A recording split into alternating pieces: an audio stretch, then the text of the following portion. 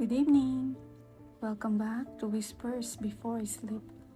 Kung nakahiga ka na, ayusin mo lang ang unan mo, huminga ng dahan-dahan at hayaan mo nang maging tahimik ang paligid. Tonight, simple lang ang kwento natin. Tungkol sa isang babae na sanay laging nagmamadali, pero isang araw, natutunan niyang huminto. Hindi dahil wala na siyang ginagawa.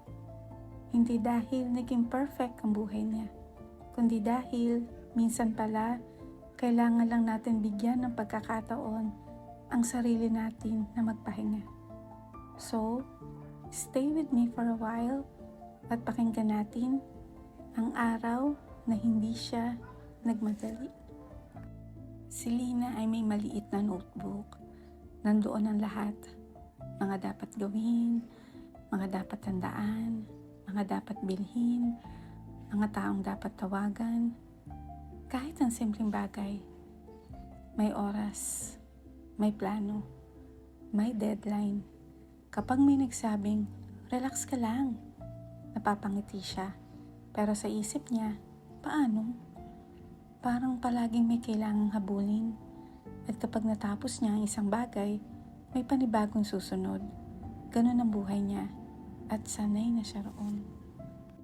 Isang araw, may pupuntahan si Lina. Maaga siyang umalis. Sobra pa nga sa aga. Ayaw niyang malate. Habang naglalakad, biglang nagsimulang umulan. Hindi malakas, pero sapat para mapahinto siya. Napatingin siya sa langit. Seriously? Wala siyang dalang payong.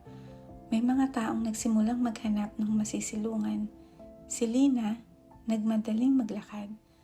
Pero lalong lang lumakas ang ulan, kaya napilitan siyang huminto sa ilalim ng isang maliit na bubong. Tumingin siya sa relo. Late na siya. For the first time that day, wala siyang magawa. Kaya umupo siya. Sa unang minuto, tingin siya ng tingin sa oras. Sa pangalawa, chinek niya ang phone. Sa pangatlo, nagbukas siya ng messages. Sa pang-apat, bumuntong hininga siya. Sa panglima, wala na siyang ginawa. Tumingin lang siya sa ulan. May mga patak na bumabagsak sa kalsada. May mga taong nagmamadaling tumakbo. May batang tumatawa habang tumatalon sa maliit na paddle. May isang lalaki na hawak ang payong ng isang matandang babae. Tahimik lang si Lina.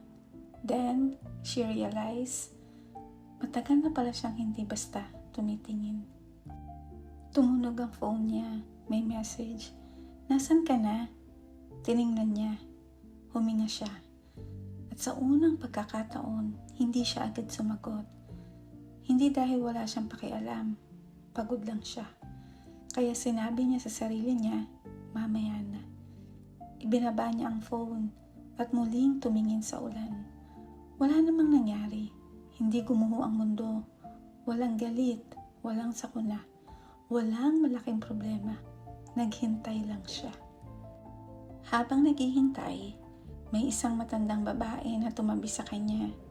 May dala itong maliit na bag. Basang-basa ang dulo ng damit nito. Malakas pala, sabi ng babae. Ngumiti si Lina. Opo. Tahimik sila ng ilang sandali. Then the woman said, maganda rin minsan ang ulan. Napatingin si Lina. Kapag hindi ka nagmamadali.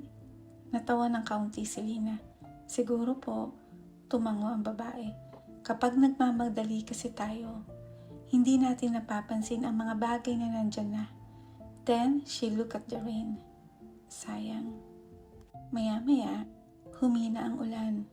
Hindi pa tuluyang tumitigil. Pero pwede nang maglakad. Tumayo si Lina. Bago siya umalis, napansin niya isang maliit na halaman sa gilid ng kalsada. May mga patak ng ulan sa dahon. Hindi niya alam kung bakit, pero napangiti siya. Kumuha siya ng picture. Then, she laughed softly. Ano ba to? Wala namang espesyal. Halaman lang. Pero gusto niyang maalala. Naglakad si Lina. Usually, sa ganitong sitwasyon, mabilis na sana ang steps niya. Pero ngayon, normal lang. Hindi mabilis, hindi mabagal, sakto lang. May jeep na dumaan, may aso na tumawid, may tindahan na nagsasara, may batang nakasandal sa balikat ng nanay niya. Mga simpleng bagay, pero ngayon, nakikita niya. Tumunog ulit ang phone niya. This time, sinagot niya, "Hello? Okay ka lang?" "Opo." "Nasaan ka?" "Naglalakad." "Late ka na." Alam ni Lina. Pero hindi siya nainis. "Oo nga." Tumawa siya. "Pero okay lang." Tahimik sandali ang kabilang linya. Then, "Ikaw ba yan?" Napangiti si Lina. "Oo." Nakarating siya sa pupuntahan niya. Late. Pero hindi naman sobrang late. At surprisingly, okay lang. Walang malaking problema.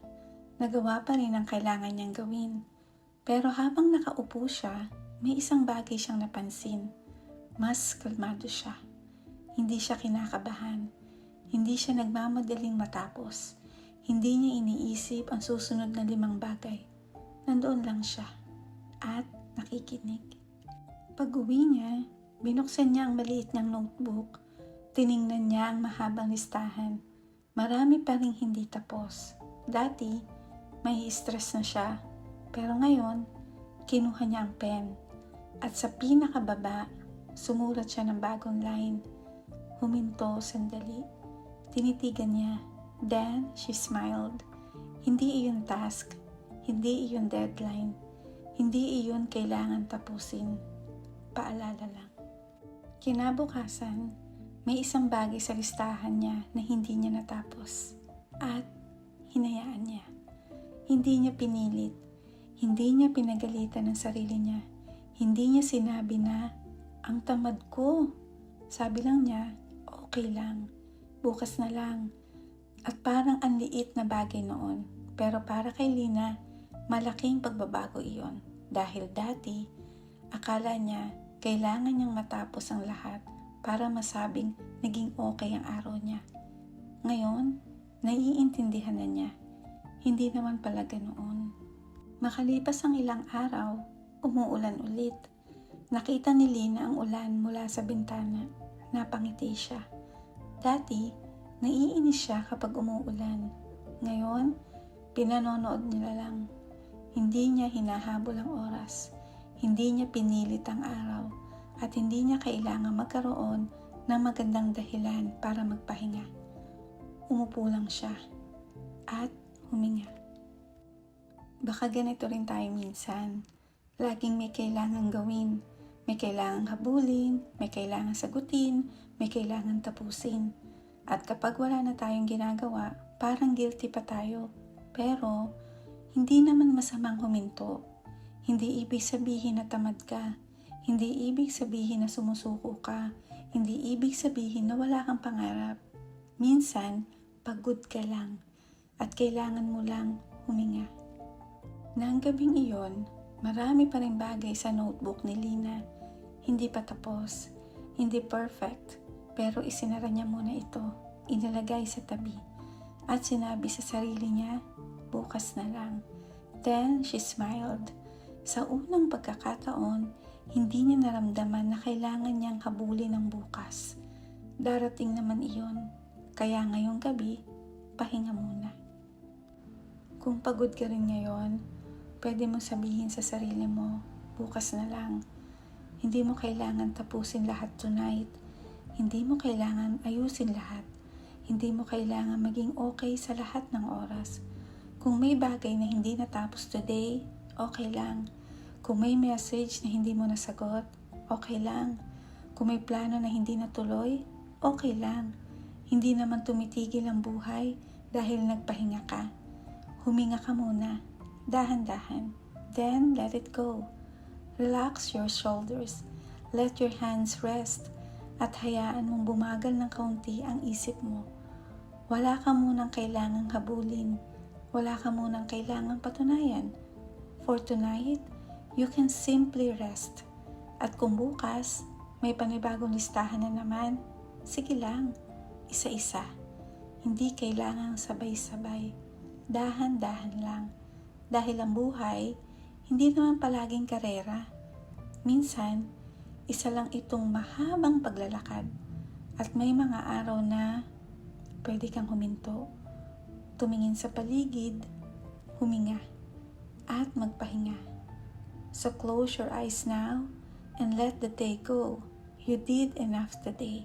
Bukas na lang ang iba. For now, matulog ka na. Good night, sleep well, at sana bukas, hindi mo kailangang magmadali. This is Whispers Before Sleep. Until our next quiet story.